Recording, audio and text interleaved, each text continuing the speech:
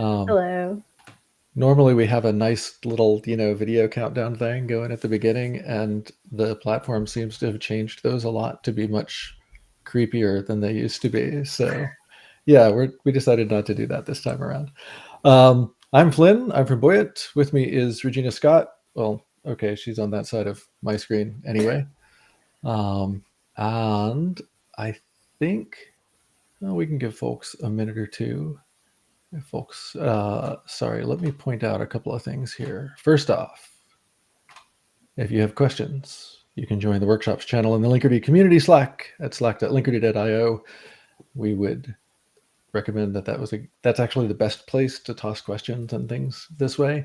If you are watching this on one of the various streaming things, you should be able to comment there, and we'll eventually see it, but we'll see it faster on Slack. We'll take a minute if you want to drop into the Slack and let us know where you're from. That's always kind of fun. I'm also going to point out this bit earlier, which is that if you do want to follow along, you will need to clone this repo, and you will also need to clone another repo that I will put up in a minute, because we're doing GitOps, and GitOps requires fancier Git setup or something like that. That's the other one that you will need. But start with the first one, real world Argo Linkerd. And that actually I can do both of them at the same time. Try this. This is how you know. There's a lot of stuff today that you're gonna know. You will be able to tell that we're doing all this live and just kind of watching to see what happens. All right, there we go. There's both of the repos that you'll need. And yeah, I don't know, Regina, did you want to add anything about people trying to get set up? Anything like that? Not exactly. If it's your first time running through it, like it took a little bit to get used to everything. Yeah. Especially with like Demosh. We're using a lot of different tools in this one. Yeah. And there are scripts in there that will check to make sure you have everything and tell you where to go if you don't. But yeah, there's a fair amount of setup this time. It's a little unusual. Yeah. A lot of setup. It makes it feel a little challenging at first, but we promise it in the end is helpful. Yeah. All right. I think we're going to go ahead and get started. Okay. Yes, this is the real world GitOps with Argo and Linkerd. 2 months ago, we did an intro to Argo and Linkerd that was a little bit less real world than this one. And so we decided to come back and do one that's talking more about how you would set this up to do it in production, to do it in the real world. And that has been a fascinating learning experience, all things considered. Let's see. Great. Already the very first thing is getting confused here. So give me just a moment to try to get the slides back on track. Yeah, don't try this at home, kids. This is how you know we're doing things live.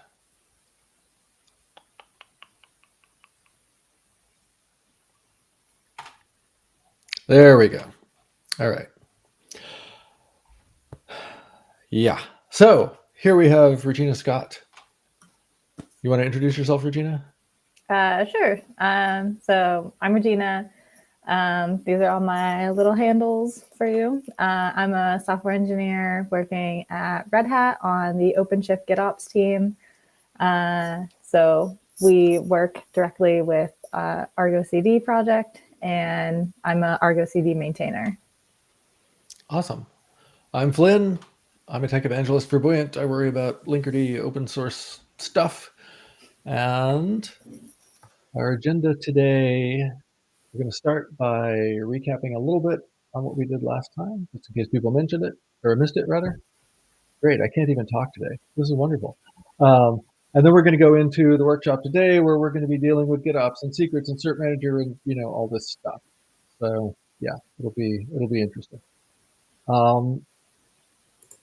Like we said earlier, there are a lot of things that we are using in this one. Kube control, Linkerd, Argo CD are hopefully familiar to folks. Kube seal is a new one. We're actually using sealed secrets in this one. So you will need the Kube seal CLI if you want to follow along. The Argo rollouts plugin, actually, I don't think we're going to get to rollouts on this one. I think we're probably going to need to do rollouts a little bit later again. But Step and Helm and YQ and BAT are other tools for Step deals with certificates. Helm, everybody knows and loves. YQ and BAT are handy tools for dealing with YAML. And Dimash is the way we're going to be going and running all this stuff. So recommend. All right. While people are getting along, getting all that stuff set up, we will do a few brief words on our stuff. The Linkerd forum is out there at linkerd.buoyant.io. It is a great way to get help because it doesn't delete things after 90 days like Slack does. We actually just recently did Buoyant Enterprise for Linkerd, which is a shiny new Linkerd distribution that's focused on enterprise needs. So if you go to buoyant.io/enterprise Linkerd or scan the QR code, then you can find out lots of awesome things about that. That's also what we're going to be talking about for the next Smash Academy. We have a book out, an ebook, the Zero Trust Reference Architecture from Kube Crash. That is taking Linkerd and Cert Manager and Emissary Ingress and Polaris and using them all together to get something, done. Highly recommended there. And we also have the Service Mesh online course at learn.buoyant.io. The forum is at linkerd.buoyant.io. Don't mess with it. Or do. I mean, all that'll happen is you'll everyone think it's cool. Hopefully. And with that, kicking it off to me. Argo CD. Yeah, my favorite. Okay. So if you weren't here for our last, our first presentation on Argo CD and Linkerd, sorry, still trying to get that in my head. If you weren't here last time, then this is just going to be a recap. But in case you're new here, I wanted to still go through it again. So what is Argo CD? First off, I didn't include this slide, but I'll just mention it really quick. Argo CD is one of many projects of Argo project. So if you hear Argo, it doesn't necessarily mean Argo CD. It could mean Argo workflows, Argo events, Argo rollouts, or Argo CD, or some other little projects that they also have. So it's good to specify which one it is. They can work together in a whole ecosystem or separately. I'm laughing because that was one of the things that was a very large point of education when I started working with you on this stuff. Yeah, it can be confusing for some people. If you just say Argo, some people are like, oh, I know what that is. And then they start talking about something completely different to what you think it is because you're thinking of different projects. So yeah, today we're talking about Argo CD specifically. So Argo CD is a Kubernetes deployment tool, and it's based in GitOps principles. And the main one is just that Git is the source of truth. Whatever is checked into your Git repository should be what everyone on your team is using and contributing to. So there shouldn't be any changes to it, like in the sense that like one person can just make changes to it. You would make pull requests and have merge requests and Git merges. So it has to go through a PR review process and merge before becoming part of that truth. So it stays completely versioned and has a version history, which we just get inherently from Git. So Argo CD is deployed within your Kubernetes cluster like we'll do today. And unlike a lot of other continuous deployment tools, has some major benefits I'll talk about also.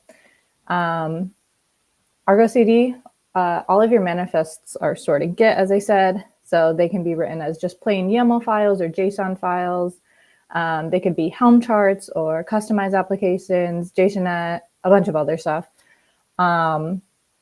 today we are going to be showing this more in depth as just plain written YAML files. You'll see all of our files are pretty much just YAML. So it makes it really easy.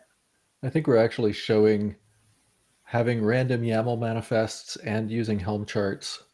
Yeah, that's true. We are still using Helm. Yeah, we're not using customize in this one. Maybe we should have, just to liven it up a little bit. Yeah, customize adds a little spice, but it's okay. Well, maybe another time. So when there are changes detected in the Git manifest repo, Argo CD is going to pull those changes, deploy the desired application state to the environment that you're specifying on your cluster. Argo CD can integrate with a lot of different CI tools. And in the diagram here, we have a developer or a DevOps engineer. They make changes to the Git repos. And 1 second, trying to shorten this. I think the really critical bit is that, or sorry, one of the critical bits for me anyway, was that if you have some Yahoo who then tries to go and change one of your clusters directly, then Argo will overwrite that to make it match Git. So anytime you want to change things, you must change it in Git rather than just screwing around with your cluster, which is kind of cool. Yeah. So someone, either DevOps or developer, pushes the code to the Git source repo. It's going to go through CI pipeline and push that. We're not showing a CI pipeline this time. But on the lower side of the flowchart is the CD side of things, which is what we're going to be doing. So from the same Git repo, Argo CD is deployed inside your cluster. And it's just watching that Git repo, and it's going to pull any changes it sees and apply them to the cluster. And yeah, I think we can go next slide. Cool. So having your Kubernetes configuration stored as code in Git and then just being able to use that is, as we said, extremely useful. Argo CD also makes it really easy to roll back changes to a previous state when something goes wrong, because everything's versioned, you have a history, so you know exactly, oh, it was fine right before we made this commit, so let's just go back to the previous commit and then figure out what went wrong there. So super easy. If for some reason your cluster goes down, starts having issues, all you need to do is start up another cluster and then apply the same config files. And Argo CD is going to sync them all to your new cluster in exactly the same way. And it will be like you never lost the cluster at all. I know this. I can vouch for that, actually, because during development of this demo, I think I went through at least a dozen different clusters. Yeah. And especially when you do it declaratively. Argo CD is inherently declaratively, but like when you declare all of your Git manifests like in a declarative function, you're not doing like kubectl apply to every single file. You're just having an application and it says, okay, all of these files, apply all of them. And so you're not, it's less procedural and more just one time, okay, this is the configuration, Argo CD, take it from here. So it's really nice. And then the UI is great, gives you a place where everyone interacts with the same Argo CD instance. I think that's good. Argo CD it runs in one cluster, and we're only using one cluster here, but often you see people using multiple clusters, and that creates separation between different projects, different teams. It's pretty easy to set up a different cluster, but as I said today, we're just using the one. I just know somebody is going to go, how do I use this with multi-cluster and Linkerd next time, or maybe the time after that? It's not too hard, at least from the Argo CD side. I don't know about the Linkerd side, but from well, you should go check out the previous Service Mesh Academy on multi-cluster. It's really easy. Nice. All right. Sync waves. So, one feature that Argo CD does that's really cool is sync waves. So sometimes in your cluster, you want one thing deployed before another. For example, you have a database that you want deployed, which then connects to a backend that you have deployed, which then connects to a front end that you've deployed. So in our example, we have a cert manager that we want deployed, which then we need to. I think I messed up the order of this one. We made a mistake in this slide. Yeah. Faces relies on both emissary and Linkerd, and emissary relies on Linkerd, and Linkerd relies on cert manager. Yeah, so right? Yeah. Switch the positions of Linkerd and emissary on this. Yeah. So it should be cert manager, Linkerd, emissary, faces app. My bad. But yeah, that's our example. So a sync wave is a mechanism to control the order of the resource synchronization, also known as the deployment. So when a sync happens, it will apply the manifests first if they're not already on the cluster, and then sync it. So all manifests have a sync wave of 0 by default. You can set those using an annotation called sync wave to add order to them, and the number that you assign can be either positive or negative. So Argo CD is going to sync the lowest sync wave item first. So if you have like a negative number. Yeah, the least numerical value. Yeah, so if you have a negative number, the lowest negative number would go first. So, and then Argo CD is then going to make sure that returns a healthy status on the resource before moving on. And it's going to continue that way until all resources are reporting healthy, and then move on to the next one in the order. Note that Argo CD is not, it will not apply the next manifest or perform the next sync until the previous sync waves all report healthy. And you can have multiple resources in the same sync wave. They'll just go at the same time. In this case, Argo CD is, we'll choose what resource to sync first by kind. So it'll do like deployment, services, namespaces, etc. And then custom resources, name, in ascending order. I thought it actually tried to do namespaces first, but namespaces is one of those, like kind. Yeah. There's somewhere in the Argo docs that I don't remember. It spells out in painful detail exactly how it tries to do this. Yeah. For people that care, sometimes it's not helpful. Sometimes it's extremely helpful. But yeah, it'll do it by technically the phase that it's in first, and then the sync wave, and then the kind, and then by name.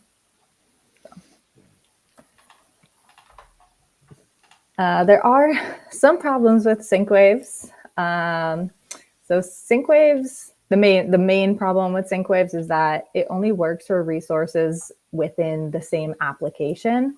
So if you have multiple applications, like your backend and your database and your front end are in completely different applications in Argo CD, then Argo CD is not going to know within those applications like which one to go first. So one way around this is to use the app of apps pattern. Which we will be doing. Yes, we will be doing this. Since an Argo CD application is really just another Kubernetes resource, you can use one application to deploy other applications, which is known as the app of apps pattern. So you have one parent application that points to a folder with all of your other applications in it. That one is your parent, and the others are your children. And when you label those children applications with sync wave annotations, then they will respect the sync wave order. One note, though, is app of apps. It's an admin-only tool. So if you're just like a dev, like not admin, like you really shouldn't have developers using app of apps. it can cause a lot of issues security wise. So Functionality only use it if you're an admin.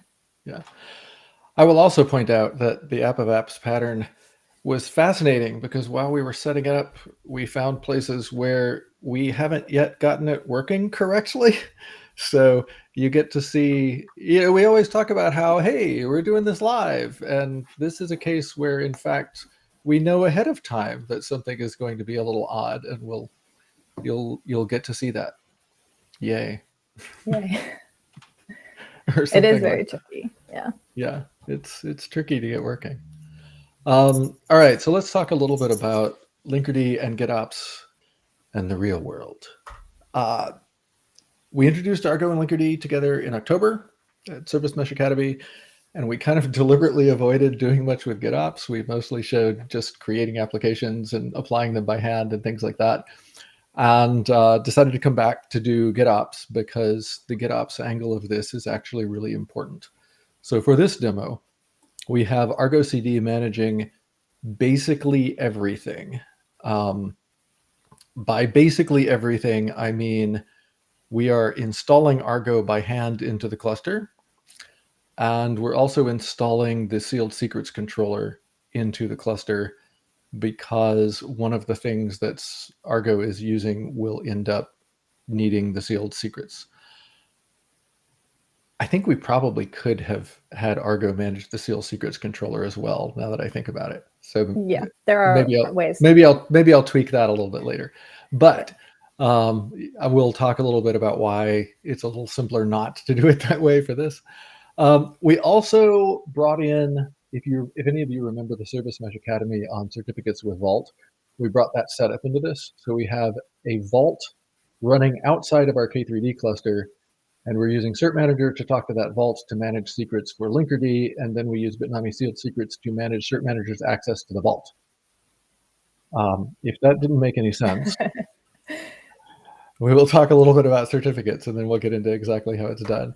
This will be a recap for anybody who did do certificates with Vault and things like that. But certificates exist in a hierarchy where and here we're talking about TLS certificates, right? X.509 certificates formally. You start with a root certificate. Every certificate is signed by somebody. The root certificate, by definition, signs itself. If there were some other certificate signing it, it wouldn't be a root anymore.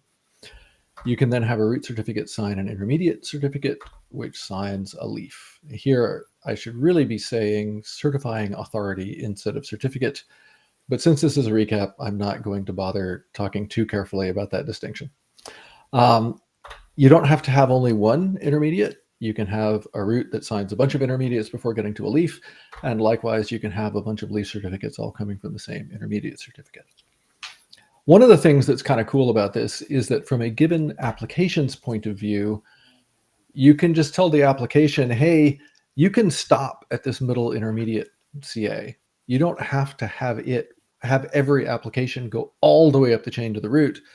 And you can basically just tell it, pretend that one is your root and have everything be good for you. In Linkerd, we use this by telling Linkerd that a certificate is its trust anchor. The trust anchor then issues an identity issuer certificate, which issues workload certificates, and Linkerd manages all of the workload certificates. But you, the Linkerd operator, have to deal with the trust anchor and the identity issuer yourself. And all of this stops at the cluster boundary from Linkerd's perspective. Those of you who have heard me talk about multi-cluster will know that that is something of a lie, and we're not going to talk about that right now.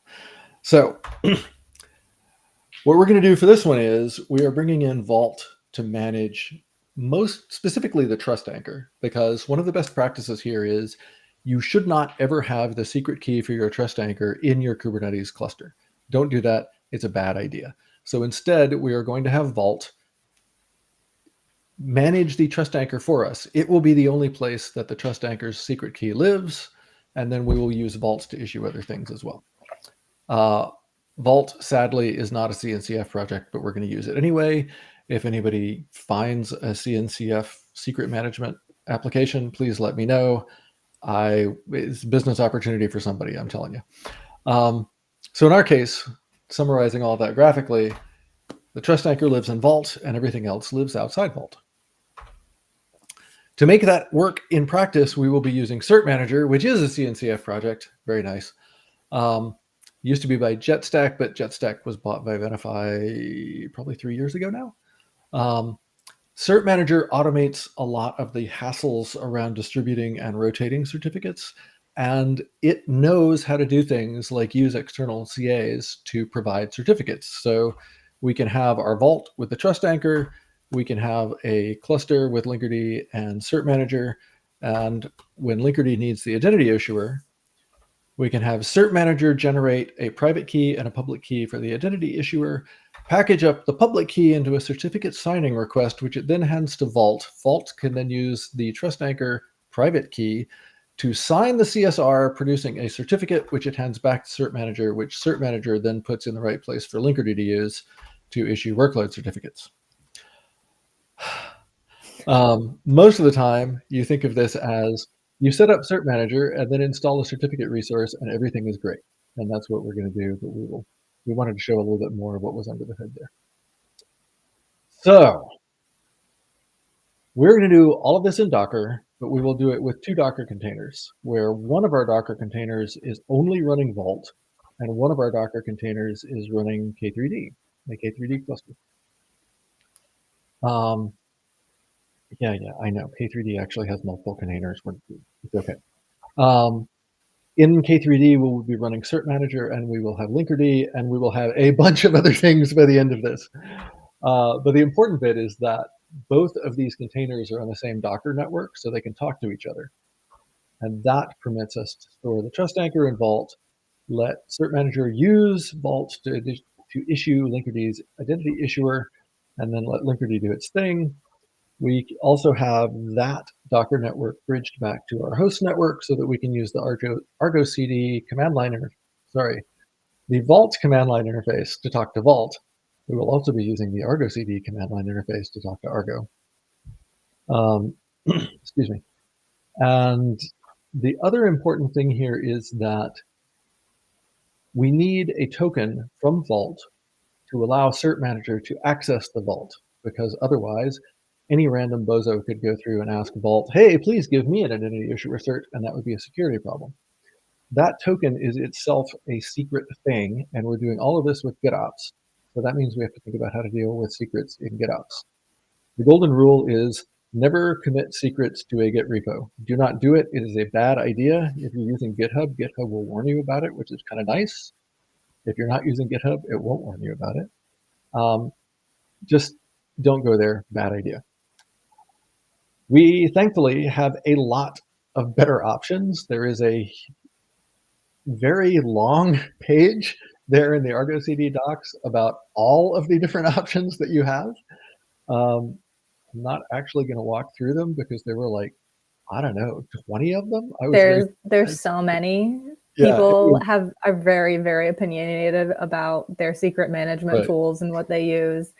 Some people even do like custom ones, and Argo CD does that, I think, with sidecars. So we allow for a lot of different ways for secret management. We're not going to go into all of them, but Argo is thankfully not opinionated about how you deal with secrets, other than don't commit your secrets to a Git repo. Yeah. Yeah. For our purposes today, we are going to use Bitnami sealed secrets. Why did we choose sealed secrets? On the one hand, it was at the top of the list when I went to look at all these things that I'd never dealt with before. And when I went and looked up how to use it, it was surprisingly simple. And I really like that. The way it works is that you install the sealed secrets controller into your cluster, and it sets up asymmetric crypto so that you can then use the kubectl command line to encrypt things.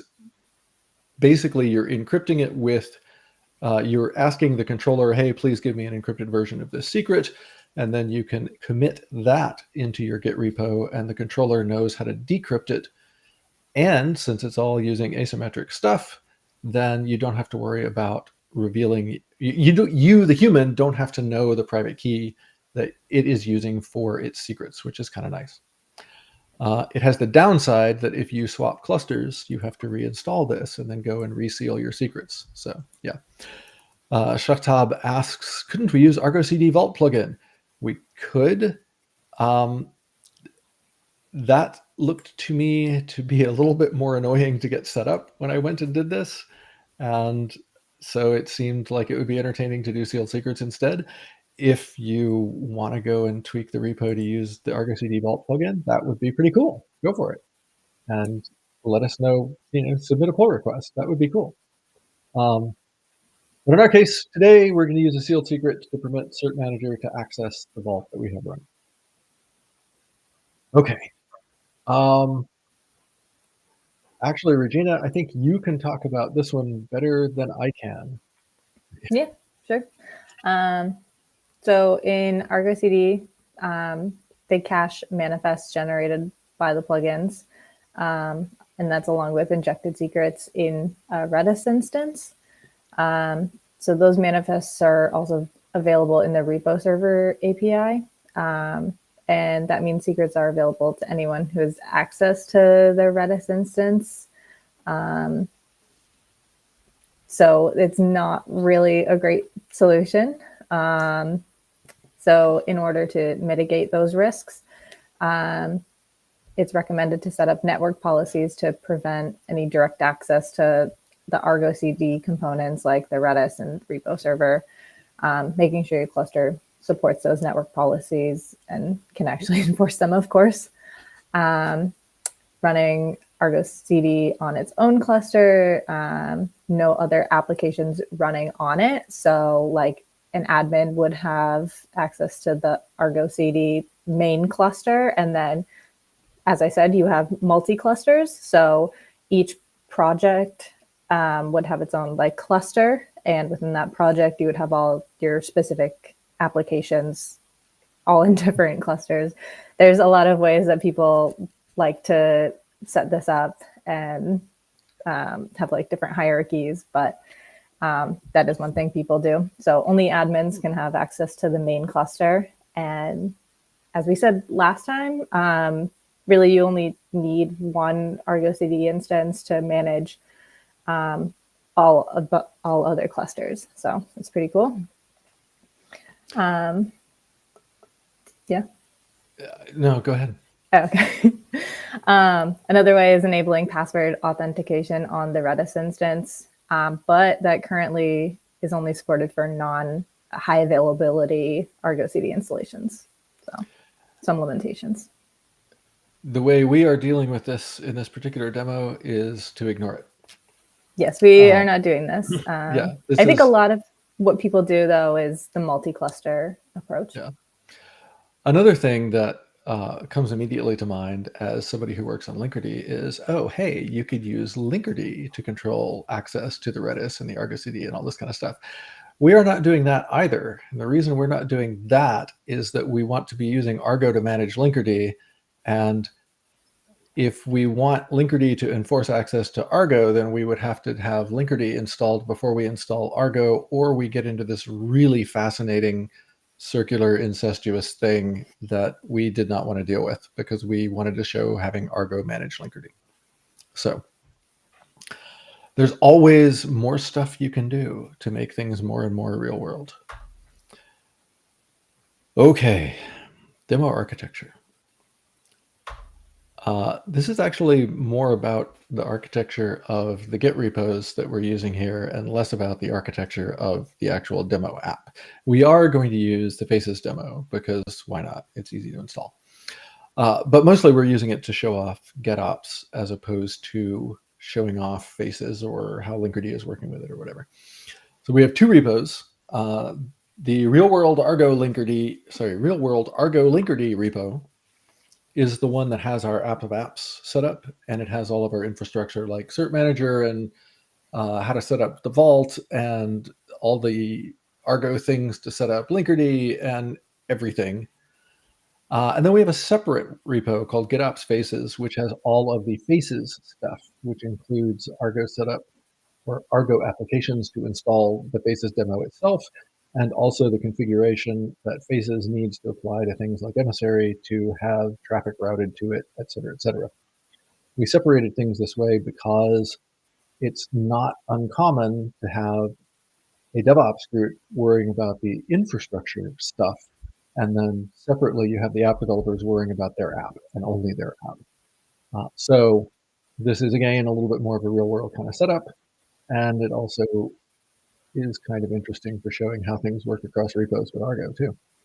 Yeah, this is definitely a little bit more real world. As you said, like having separation between the different Git repos.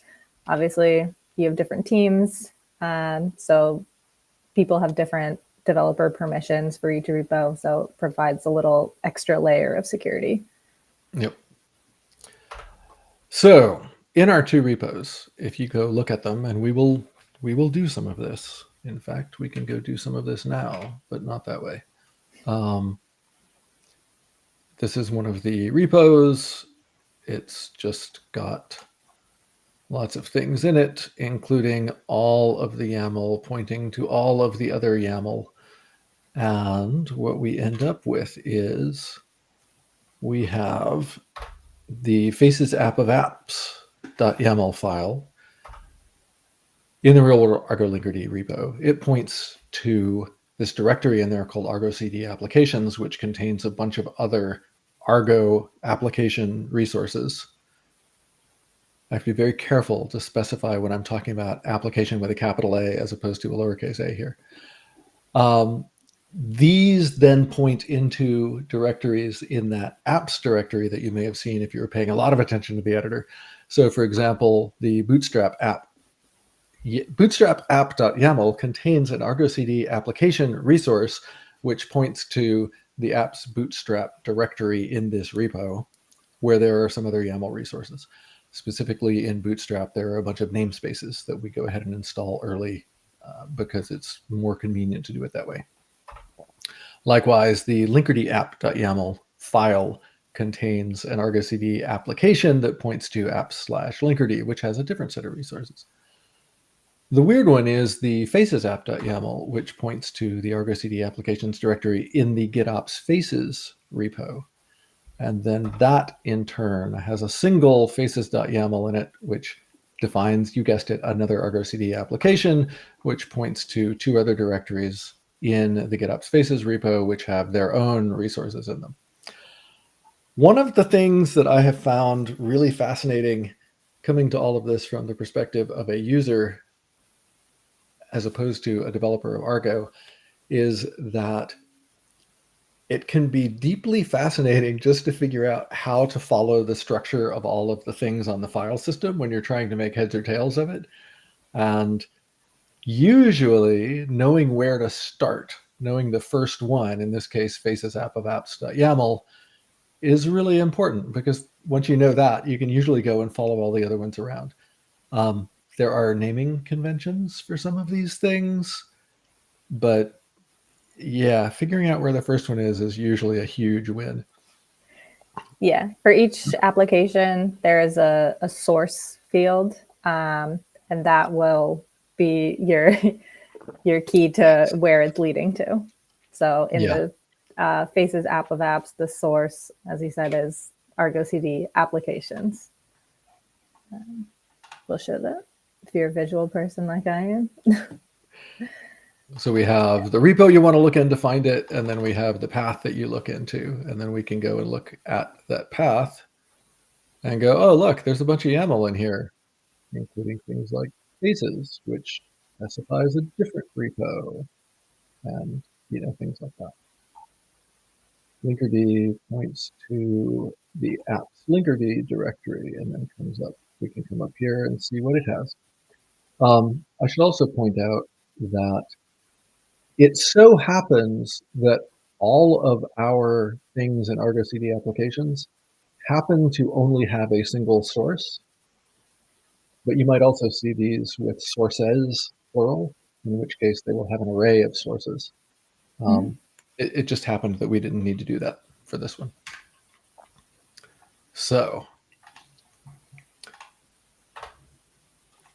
ultimately, this is the faces demo that everybody has seen before, with the distinction that Argo is going to be managing everything you see on this particular graphic and some other stuff besides. So, do you have anything that you think I missed, Regina? No, I think you're good so far. Okay. Yeah, keep going. All right, this will be fun. Everybody pray to the demo gods. Okay. A lot of the time going through these demos, what you will see is that there's a bunch of text describing everything, and we don't do a whole lot of random flipping back and forth between screens. This particular demo, we may do quite a bit more random flipping back and forth between screens, because there are a lot of moving pieces here. And as I go through this, it is pretty likely that it'll occur to me at various points that, oh yeah, we could go look at this in the editor, and that will make more sense. So off we go. The first thing we're going to do is note that we have Vault and K3D already running. This particular demo is not really about either teaching you how to run Vault in particular, or about the specifics of teaching you how to run a Docker container that can talk to a K3D cluster on it for a Docker network, et cetera, et cetera. In the tools directory in real world Argo Linkerd is a script called initworld.sh, which is the script that sets up everything I just described. You are strongly encouraged to read it. In fact, I will go point out, it's right here. It has comments, and it's only 68 lines long. Some of those lines are fairly involved. Just, so you know. But again, we're not really trying to go through all the details to teach everybody to be a Vault operator. So we're just going to run through kind of some of the minimal setup here that we need to do. And what we're going to do here is go through and grab the information that we need to configure Cert Manager to talk to Vault. And we will commit those into our Git repo so that Argo can pick them up and do all the heavy lifting of getting Cert Manager running for us. The first thing we need to find out the address of our Vault within the Docker network. From the host network, we get to cheat and talk to 0.0.0.0, but that does not work when you're inside Docker. So this madness is the way you find an IP address of a running Docker container from Docker. In my case, it's 172.21.0.5, which, great. Yeah, whatever. We're going to use that to create a Cert Manager cluster issuer. You'll note that we do this in the, where's my mouse? In the Cert Manager config app. There's not anything particularly magical about that. It's just the name of the app that seems right for that. And this is what our cluster issuer ends up looking like. The only thing we actually had to change in any of this was specifically the server URL. All the rest of this is just boilerplate stuff to have certain management talk to Vault, the way we have this one set up. And again, as it says at the bottom, note that we do not run code control apply with that. Instead, we just dump it into a directory, and then later we'll commit it to Git, assuming all this stuff works. We also, in init world, we created a Vault policy, which is kind of seems to be equivalent to Kubernetes role. And the PKI policy allows us to go and get certificates from Vault. We need to get a token from Vault that will allow Cert Manager to use that policy, and we're going to grab that and then stick it into a sealed secret. The Vault adder variable starts off being set to the wrong thing, so we set it to the right thing first. And then we run this horrible mess of a command, which is actually just telling Vault, please make me a Vault token.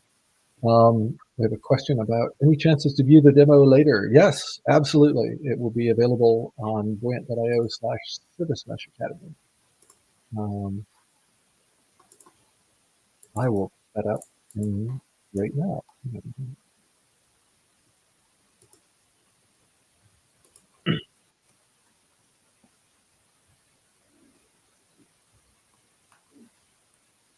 that is the place to go to find this and every other Surface Mesh Academy ever recorded. So having gotten the token, we are now going to go and write it into a sealed secret. This one is a little weird. What we do is we use kubectl create secret to create a secret resource, but we cheat and we use --dry run equals client -o YAML to tell kubectl, don't apply that to the cluster, just write the YAML to standard out. And then we pipe that YAML into this kubectl command, which can generate a sealed secret YAML file for us. When we do that, we get this, which I can show you because it's perfectly safe. Unless any of you, I don't know, break random public key crypto in your spare time, in which case, have fun. But we end up with a sealed secret where the important things here are that in the template, we give it the metadata to tell it the name of a secret to write it into and the namespace to write that secret into. And we've got some encrypted data rather than just base64 encoded data. If you look carefully also, you will find that, wait, we can't see it anymore. I have to flip to the editor instead.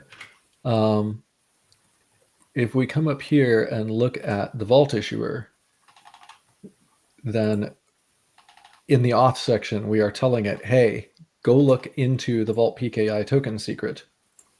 And when we're generating the sealed secret, we tell it to use the vault PKI token secret. Those things have to line up or this will not work. Okay. And again, we just dumped that into the cert manager config repo. Next up, we actually tell Vault, please make me a trust anchor. And this is actually causing the trust anchor certificate to be created inside the Vault. And this also tells it to output the certificate on standard out so that we can mess with it. So that made the cert be created, and we will now use exactly the same dry run equals client -o YAML trick to write out the Linkerd identity trust roots config map, which Linkerd wants. This one, we don't have to, this doesn't need to be a sealed secret or anything like that. The config map is public. It only has non-sensitive data in it, but we do have to have it in the right place in the cluster. You might also note that we're still sticking that in the cert manager config directory. Honestly, that's just because it was kind of convenient for me, because the way I set up some of the other stuff in Argo, the cert manager config app gets synced before the Linkerd app, which means that I can know that that config map is present for Linkerd before Linkerd comes along. I'm sure that purists would feel very strongly about the fact that it's in the wrong directory, but whatever. So yeah, there's our trust root config map. Okay. Back to the editor for just a moment.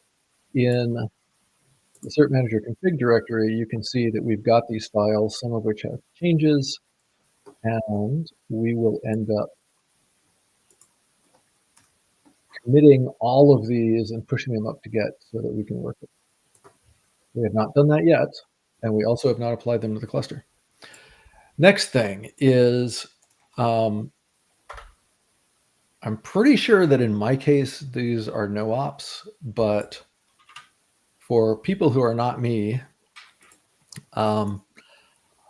we pointed out that all of those YAML files that define applications have a repo URL in them, or most of them do. Some of them have Helm charts, but most of them have a repo URL. When you are running this, anybody who isn't me will be running it in a fork that's not in github.com/kflin. And so one of the things that the demo script requires you to do is to set an environment variable called GitHub user with your GitHub username. And we are now going through this long sequence of editing the YAML files with the YQ command to point to your fork rather than my fork. If you do not do this, and then you try to go through and make changes to your fork and expect Argo to sync them, you will be very confused. both Regina and I can vouch for this because both of us have done this accidentally pointing at the other's repo and then tried to figure out why nothing was changing. So yeah, it's a thing, you know. The Faces app YAML file in particular is a little odd because it needs to point to the GitOps Faces repo, not the real world Argo Linkerd repo, but it's exactly the same sort of thing. So in all of this, we will have collected some changes since I have run this before, and mine happen to already have the correct repo URLs for me. The only things that we see are changes to the cert manager config stuff, which we've already taken a look at. So we will add those. We will commit all of those changes. And yeah, there are no changes to the app of apps because I already had the repo URL in there, but that's okay. Go ahead and commit that, which was really nothing. We'll push the one change, and that should have us set up to actually tell Argo to do the right thing. Regina, can you think of anything that comes to mind that I may have missed there? No, we're just doing the Faces one next. Yep. Yeah. We have to do all the same. We have to do all the same edits to the repo URLs in the GitOps Faces clone as well. And again, these are probably. Oh no, wait! These actually did have changes. Great. Well, so we'll commit some changes. Awesome.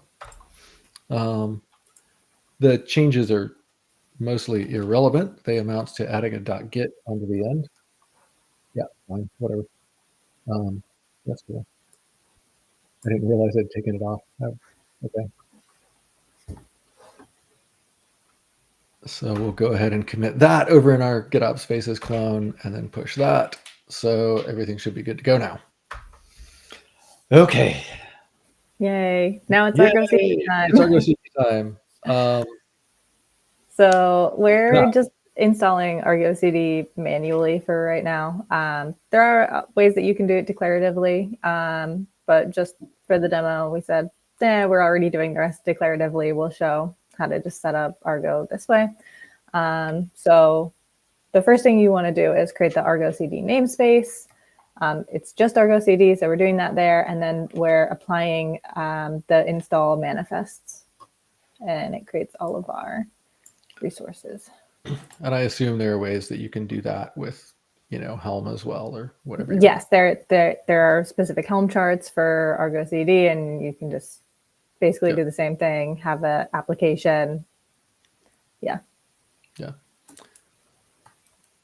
And then we are changing the delay between sync waves. Yeah.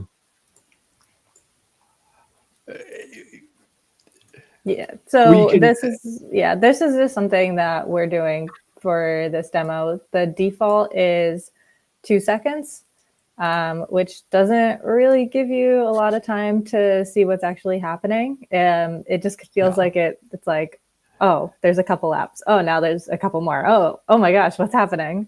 But this is kind of lets us have a little bit more time in between. So yeah. We have a lot of apps, and if you leave it at the 2 second delay, when you look in the GUI, what you basically see is one thing shows up and then like a dozen of them show up all at the same time, and it's impossible to figure out what's going on. So the other reason for setting that environment variable early is that setting environment variables requires a pod restart, so we can get them all out of the way at the beginning. All right.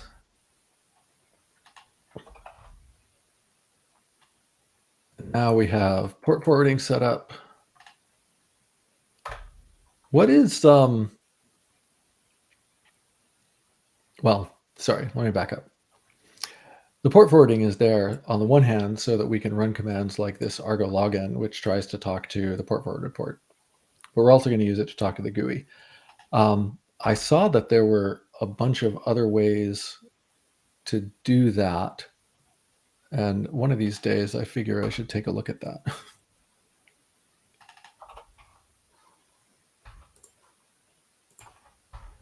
So here we are setting the password to something easier to type than that monstrosity. It's also more proper security. Yeah. So you really want to, the initial admin password is supposed to just be for your first time logging in, and then you set it to something more secure. Or in this case, less secure, but that's okay. Well, yeah, it depends what you're setting it to. Yeah. But so here we get a scary warning about how the certificate is not trusted because, whatever. And I get to log in using my oh so secure password. And here we have. Your screen is saying my the site can't be reached, actually. one moment. Oh, there you go. You're good now. I think it just took a second. Hopefully. Yeah.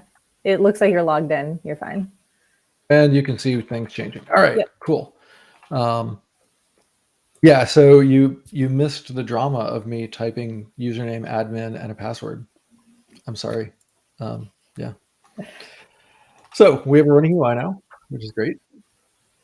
And something that I learned the hard way doing this. There are a couple of places in here where we're using Helm charts that I whipped up very recently and did things the easy way and pushed them using OCI to Docker Hub. And you have to explicitly tell Argo CD that it's okay to use OCI to talk to the Docker Hub repo if you want to use those Helm charts. This is a carefully constructed thing that I did by cargo culting stuff I found on Google.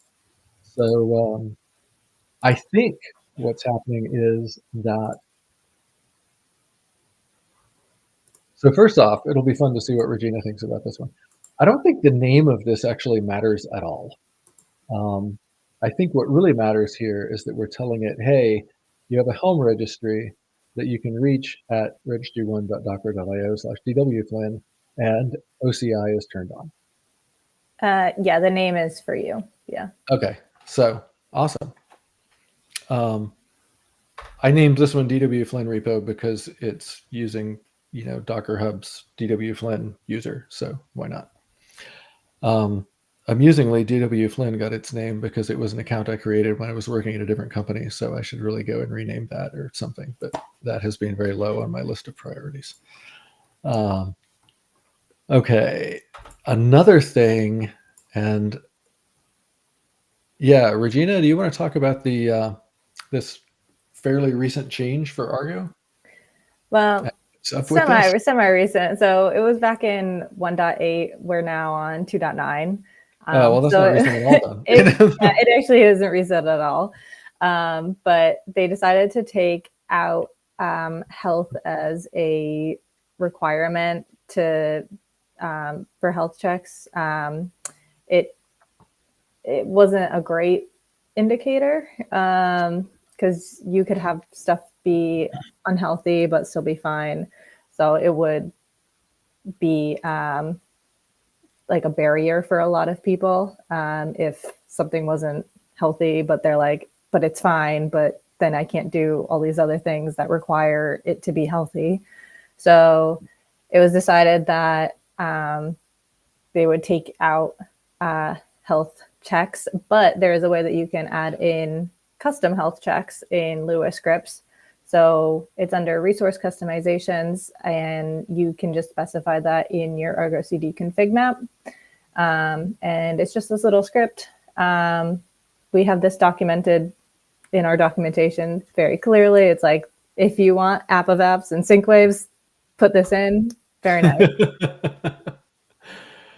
And then finally, we get to actually apply the app of apps, and then things should start happening. All right, let's see. So the app of apps has shown up. The Bootstrap app has shown up, and I don't know why it magically became out of sync again, but it applied a bunch of namespaces for us. That's kind of nice. The Cert Manager app is going. That looks good. Cert manager config should be coming along. This is a little bit weird. The identity issuer. Oh, look, my port forward failed. How shocking. The identity issuer, when it gets created, there ends up being a syntax mismatch where something says 48 hours and the other thing says 48 hours, 0 minutes, 0 seconds. I just figured that out earlier this morning and haven't figured out how to fix it yet. Like I said, we have a lot of things going here, and they are all syncing along at the same time, using a bunch of CPU on my machine. Yeah, I constantly have my port forwarding get killed, and Kube control port forward is just kind of horrible in a lot of ways. yeah.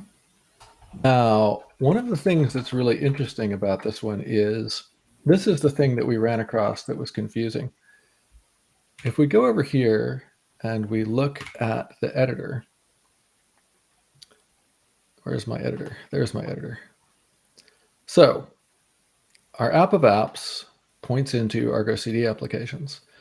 Argo CD applications says Bootstrap, which says sync-wave 0. Cert Manager app says sync-wave 1. And in fact, we saw this, right? We saw Bootstrap, and then we saw Cert Manager show up, and then we saw the Cert Manager config show up. And the next thing that should happen should be Linkerd at sync-wave 3. And what ends up happening is that emissary at sync-wave 4 and faces at sync-wave 5 end up jumping the gun. And I don't actually know why this is yet. Some of the things that you were saying just a minute ago, though, Regina, make me think that what we need to be looking at is the health checking for Linkerd specifically. Maybe the Lewis script thinks that Linkerd is becoming healthy in an instant, and we need to put something more complex in there. Yeah, that is something I was trying to look into before this. Is I think if you had a more like definite Lewis script, I'm not really super familiar with Lewis scripts. Like I use the templated ones that people are like, this is what this Lewis script does, put it in. And I'm like, yeah, cool. It's not super readable. It'll be an interesting thing to look at, and we definitely should look at that some more. Yeah. Another thing that I have found that's a little odd to me is if you look over here, actually, you know what? Maybe I should switch to this view. Is that a little easier to read? You notice how Linkerd CRDs shows up as yellow, but if I come over here and I do kube control get CRDs, yeah, all my Linkerd CRDs are actually there. And if I come over here to Linkerd CRDs and hit sync again, I think they're all going to turn green because they're actually present. I don't know. I might not have been praying hard enough to the demo gods.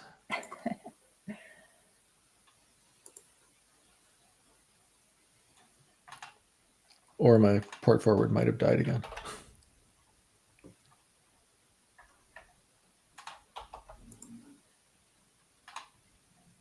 There we go. All right.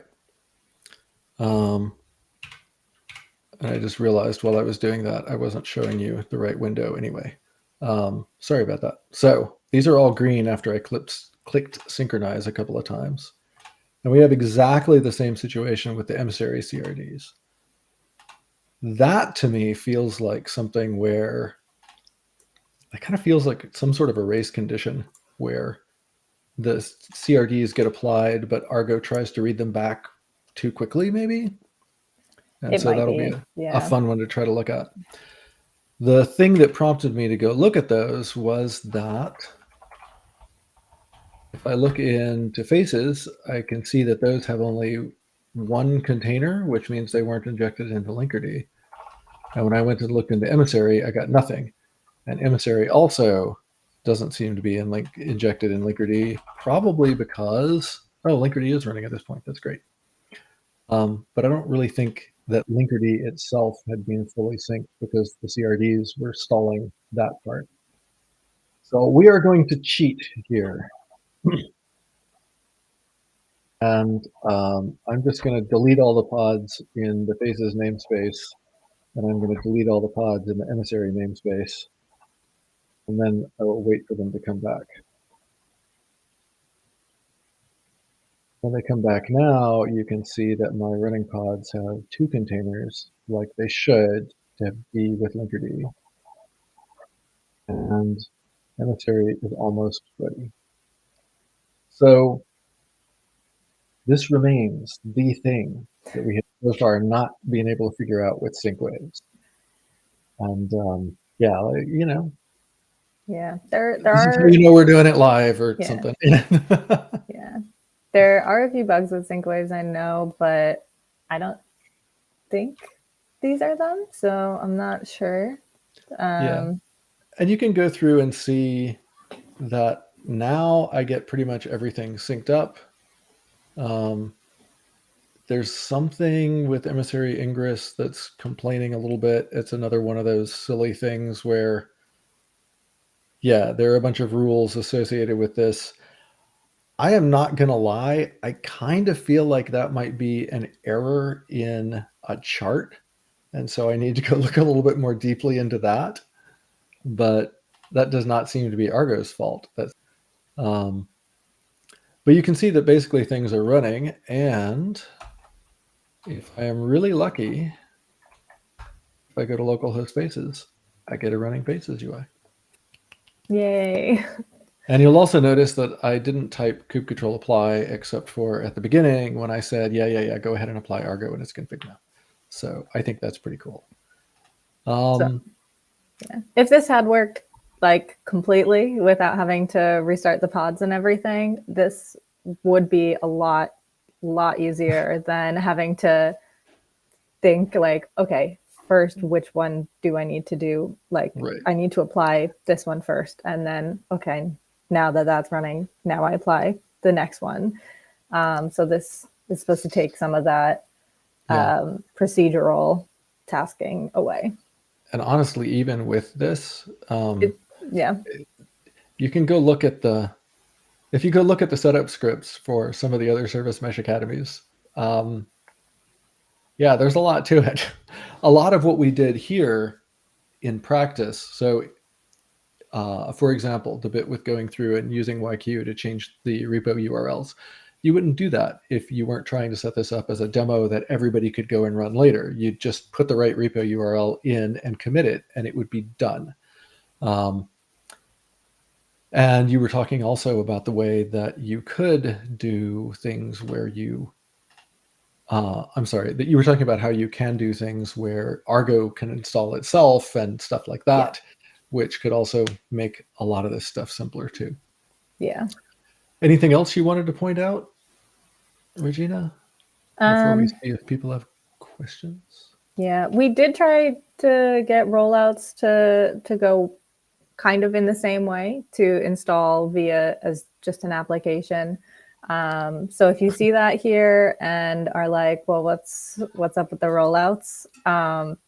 We just didn't get it quite working yet. I'm not sure what's happening. I think it's also fair to say that we stopped thinking about it once we realized how much time the rest of this was going to take to really explain. So yeah, it's probably something really simple, but it's how you would.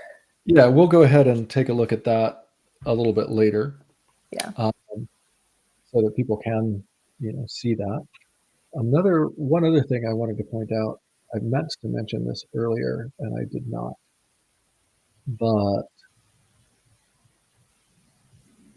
so if I pick on this one, this is the Faces app itself where we say, hey, go look at this repo URL. In this Git repo, look on the main branch and look in the path named Argo CD, right? If we look at emissary, it's pointing to apps emissary in this repo. If I go look up at apps emissary, I see 2 things, one of which is emissary ingress and one of which is emissary CRDs. You'll notice that emissary CRDs does not have a path because this is one of the ones where we're actually just using a Helm chart. And so in this case, the repo URL is actually the URL back to that OCI-enabled registry that I'm using for that Helm chart. Then we've got the name of the chart and the target rev of the chart. I would also like to point out to anybody who's watching this, who is familiar with Emissary, that that is not an official Emissary chart. We'll just leave it at that. If you go and mess with it, don't blame me if things break. They will anyway. But, the Emissary Ingress chart, the Emissary Ingress application is also using a Helm chart. It is using the official Emissary Ingress chart, and it is also setting some parameters. And I wanted to show this one just as a way of demonstrating. Yeah, when you do the Helm applies, you get to go through and set all the values. In this particular case, Emissary normally shows up with 3 replicas. I only wanted 1 because I'm doing this on K3D. And then I set some other things just to let it come up faster. Argo CD is really great with working with Helm. It's super easy to just pretty much have almost the same application spec for either just a plain Git repo or using Helm.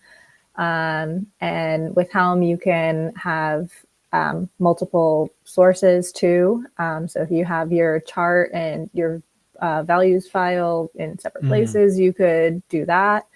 Oh, that's cool. I didn't know that. Yeah, that's a semi-new thing, I think, as of 2.8. Okay. Multiple sources, maybe 2.7. But yeah, that's a really exciting feature. Cool. That yeah, if I'd known about that, I might have used that instead of inlining the parameters on this one. Yeah. Which is okay, because inlining the parameters, especially in the infrastructure side of the world, actually makes perfect sense in a lot of ways. Yeah. But if you had, for example, like a huge values file, you might want to just extract that. Or if it had special permissions or was in like a private Helm repo, you could specify that. It's particularly important actually for high availability Linkerd, because for HA Linkerd, you actually clone a separate values file and use that. So cool. Yeah. All right. So, wow, that was fascinating. That was not what that was supposed to do at the end of the demo script. It was supposed to do this so that I could go back and say, yeah, we do have a few minutes for questions, I think. If there are no questions, actually, while we wait to see if questions show up, I will point out that the next Service Mesh Academy on January 18th of 2024, oh my God, it's already almost 2024, that will be hands-on with Linkerd Enterprise. That is also going to be with Jason Morgan presenting, my colleague at Buoyant. So that should be a lot of fun. And yeah, I see somebody is typing, so we'll see if there's some questions showing up. In the meantime, I'll take this opportunity to say thank you again, Regina, for showing up and bringing the Argo knowledge. I appreciate it. Thank you. We'll probably do more. Yeah. Nick, one thing to pay attention to when using Argo CD is that it does not support all the Helm hooks. So some applications can leave CRDs and stuff behind when they are deleted by Argo CD. Oh, that is an interesting thing to point out. So I think that is, I think, I'm not completely sure, but I think, so we have something on our applications with a finalizer. And that finalizer says, I think that if the parent application gets deleted, delete all the children application or children resources. I noticed those for sure in most of these, right? Is this, that's not the right place for me to be looking though, I don't think.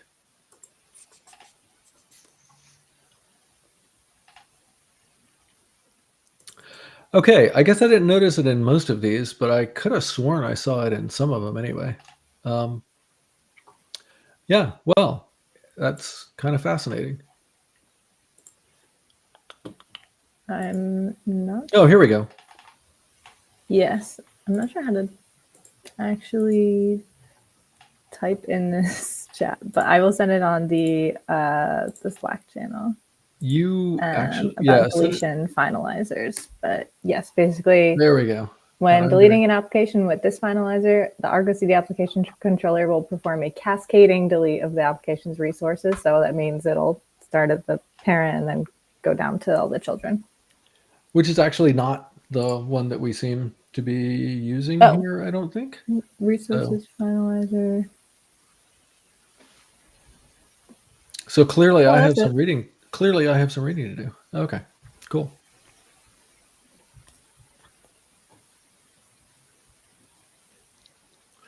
Yeah, like I said, it's definitely been an education to go through and walk through Argo over a couple of SMAs and put some of this stuff together. Yeah.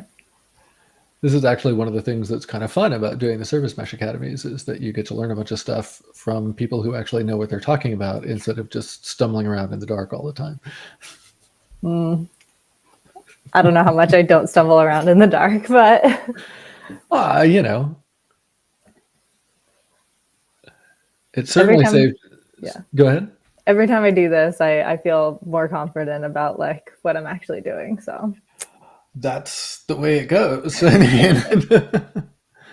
One of the other things, and this is being maybe a little bit more serious, one of the other things that's cool about the Service Mesh Academies is that most of the time, as a maintainer of a product, most of the time, I'm not really working as a user of the product. I'm working more as a developer of the product, and doing the SMAs forces me to act like a user, which tends to be really eye-opening. Yep. Often in good ways, occasionally in deeply disturbing and painful ways. You know? Yeah. All right. Well, Nick is typing something again.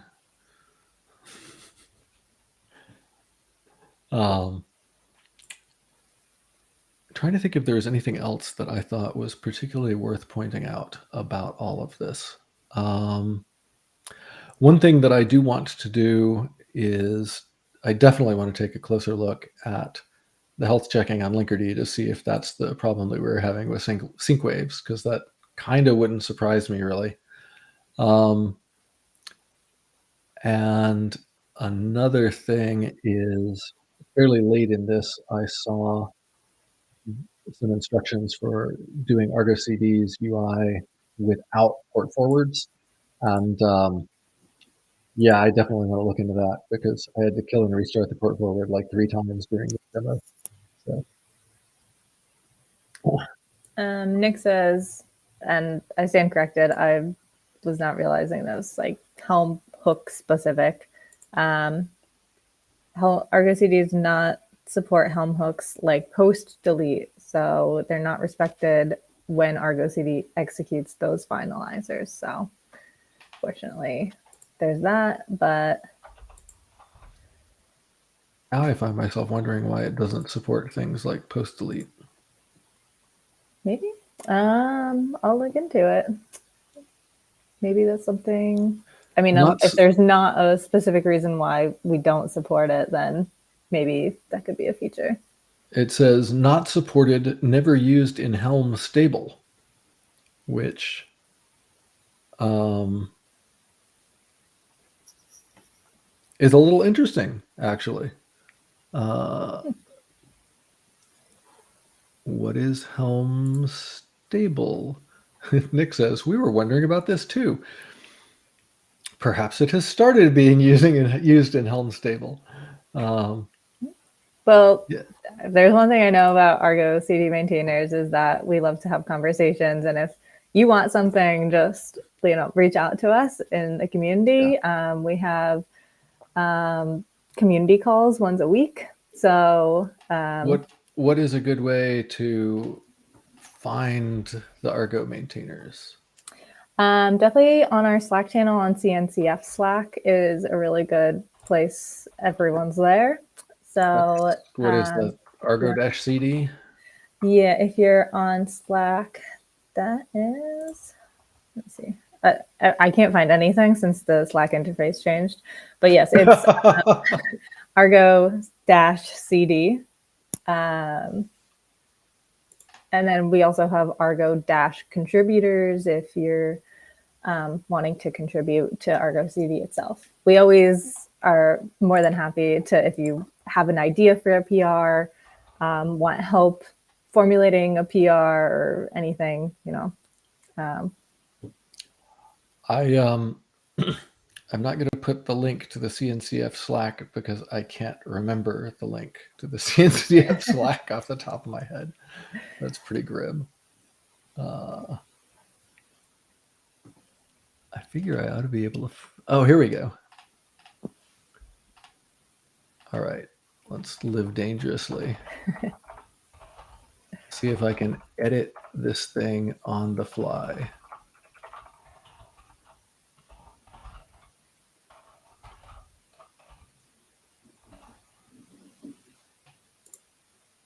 Hey, look, it did the right thing.